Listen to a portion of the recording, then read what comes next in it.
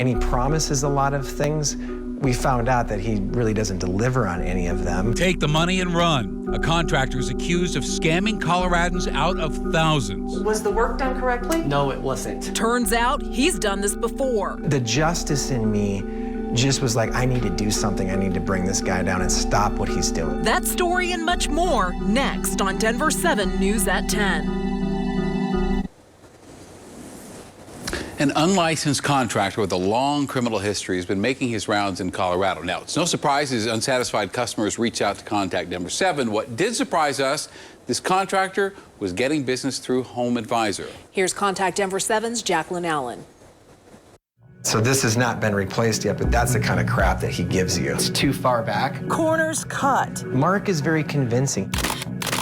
Deadlines blown. How much did you pay him? I paid him $16,500. It's not supposed to look like this. Job started, never finished. They're coming tomorrow. They're coming tomorrow. Contact Denver7 was tipped off to a Colorado contractor. Was the work done correctly? No, it wasn't.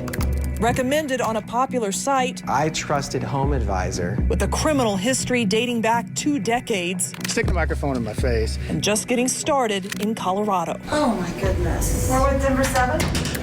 This is exactly what I did. In his defense, Okay, what do I need? I need bathroom. Jay Lakin tried to find a reputable Jeffco contractor. And then it matches you up, with somebody.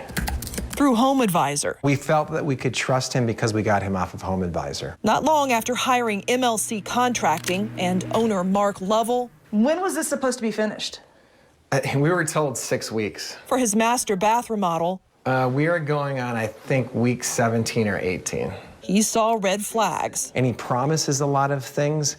We found out that he really doesn't deliver on any of them. The fan was over here. From minor problems, damaged fixtures, to major mistakes. There was fire hazards, flood hazards. Yeah, he was cheated. HVAC contractor Matt Stringer, hired to fix what's broken. Was the work done correctly? No, it wasn't. In fact, a permit wasn't pulled on this thing.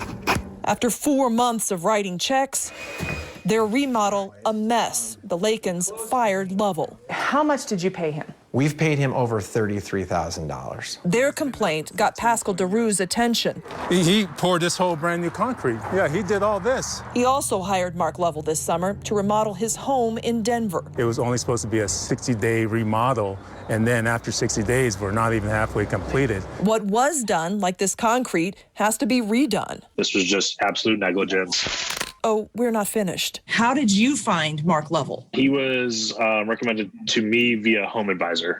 He quoted me a 10-day turnaround time on my only bathroom of my home, and it's been 3 months. So Contact Denver7 did some digging into this man, Mark Lovell. We found he has criminal convictions related to home improvement fraud all over the state of Maryland. He even has a bench warrant for his arrest out of Prince George's County. 2 months past the deadline. In Georgia, a local TV station ran this story in 2014, accusing Lovell of taking people's money and running. This is what we got.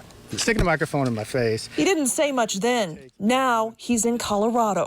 Contact Denver7 obtained this golden police report. In January, Lovell accused of shoplifting multiple times from the Golden Home Depot and Home Depots all over the Denver metro. He pleaded guilty to theft. Hi, Mark. This is Jacqueline Allen. We repeatedly tried to reach Lovell, going to his locked office and his home. Hi, we're trying to reach Mark Lovell. Okay, well, he's not here. In a statement texted to Contact Denver7, Lovell says he's done thousands of projects, admitting sometimes we fail, claiming he's committed to resolving issues. But Contact Denver7 has learned Lovell is not licensed as a contractor in Jeffco or Denver. Home Advisor did not respond to our questions about vetting pros, instead issuing a statement that Lovell is no longer a part of the network due to poor workmanship and continued issues raised by customers. After we made calls, they're also working to compensate Jay for his loss. He says too little, too late. They have all their legal jargon. They protect themselves, but the consumer is left in the dust. Contact Denver7 reached out to Colorado's Attorney General, Phil Weiser. He can't confirm any investigation, but says his consumer protection unit wants to hear about possible scams. Recently, we took a case to trial and secured an 8-year prison sentence from someone engaging in contracting fraud We take this seriously. In reality, though, there's not much recourse for people like Jay, now contracting the bathroom himself. It was all crumbling and not working. And doing the one thing that makes him feel better. The justice in me just was like, I need to do something. I need to bring this guy down and stop what he's doing. Don't get ripped off next. We do not like these calls. So get multiple estimates, do your homework, talk to references, get it in writing. We've got more steps to keep you safe, like how to find out if someone is actually licensed on thedenverchannel.com. I'm Jacqueline Allen for Contact Denver7. What a mess. All right, if you live in Adams County, that 10 p.m. curfew will remain in effect for at least another 30 days. Tri-County Health announced an extension of that public health order today, so that means everybody except essential workers have to be off the streets between 10 p.m. and 5 a.m. Adams County has the second highest number of cases among Colorado County, more than 32,000. Down south in Parker, town leaders met tonight to officially oppose the state's decision to move Douglas County into the red zone. The town is claiming unequal treatment, saying neighboring counties are still left in the orange zone and other businesses are still allowed to operate at 50% capacity. They're also standing up for restaurants they say just can't survive without indoor dining.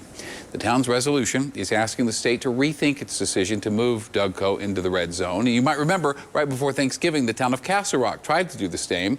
The state did not reverse course in, and it's likely they're not going to do that now. Colorado's first gentleman, Marlon Reese, remains hospitalized tonight. But the good news is he's doing okay and doesn't need supplemental oxygen. He was admitted on Sunday amid worsening COVID symptoms. Both Reese and Colorado Governor Polis tested positive last Saturday on November 28th. At the time, the governor said both of their symptoms were mild, but Reese started experiencing shortness of breath and a worsening cough. Tonight, the governor says he's not experiencing any symptoms. Let's check in on the numbers. More than 4,000 new cases were added to our count today. Our statewide total has surpassed 264,000. Nearly 1,800 Coloradans remain hospitalized either with a confirmed or suspected case of the virus. And nearly 80% of ICU beds are also in use. The FDA will meet on Thursday to discuss a potential emergency use authorization for the Pfizer vaccine. The state's already requested 46,000 doses. We know healthcare workers and those in long-term care facilities will be among the first to receive the vaccine. But we also can't lose sight of the flu. The CDC says 196 million flu shots are available this year. That's a 13% increase from last year's record-setting dosage, 175 million. And Colorado hospitals are bracing for a busy winter. At UC Health, doctors are making sure they allocate more bed space for those who have a severe case of the flu. And they admit they don't have all the answers right now. How much is this going to play into things, and is it just going to make everything worse? Will it commingle with COVID and actually make people double sick or doubly ill? So many questions. Dr. Michelle Barron says 3 to 5% of COVID patients have had co-infections with another virus, making some unknowns this flu season. She's encouraging everyone, get your flu shot. Tonight, protesters in Boulder County want to make it clear they support the Lion's Den and the restaurant should remain open. The town of Lyons is holding a special meeting to discuss the raid of the restaurant over the weekend and the status of their liquor license at the local level. And the town just voted to suspend their liquor license until a final hearing at the end of the month. County health leaders issued a cease and desist for 3 public health order violations, failing to enforce the mask mandate, permitting indoor dining, and serving food and drinks to people seated at the bar. Then the state suspended its liquor license, took all of their liquor, which the bar owner says was worth thousands. He says he isn't breaking any laws and he has a right to remain open. Well, nearly half of Colorado counties are in that red zone. And we know that means tighter restrictions. But as Denver7's Eddie Guajardo shows us, Larimer County is hoping the state approves a new pilot program to help ease restrictions and get businesses back open.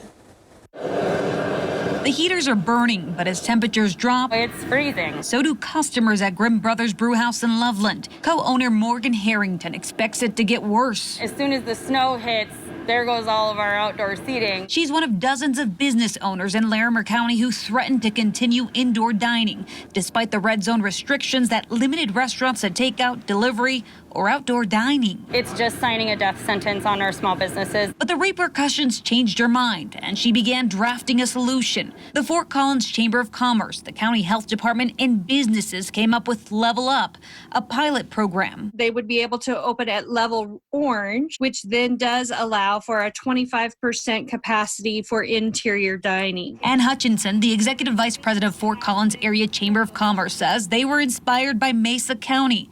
In July, the county launched the 5-Star program, a variance protection plan aimed at helping businesses implement health and safety practices.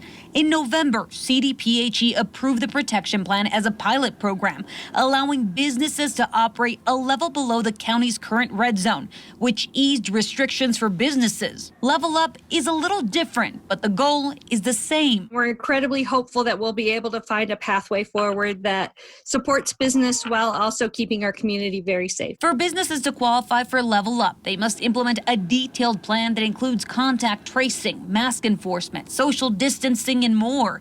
A small price for businesses with so much on the line. This is our life. Without this, there's a trickle-down effect, right? We lose this, we lose our home. Larimer County commissioners will review the draft plan on Tuesday before submitting it to the governor. We're waiting for him to be our knight in shining armor. Addie Guajardo, Denver 7. As for that 5-Star program, the state health department is working to determine if it can be implemented as a statewide variance for counties in the red zone. Stick around. There's a lot more to stick around for right after this.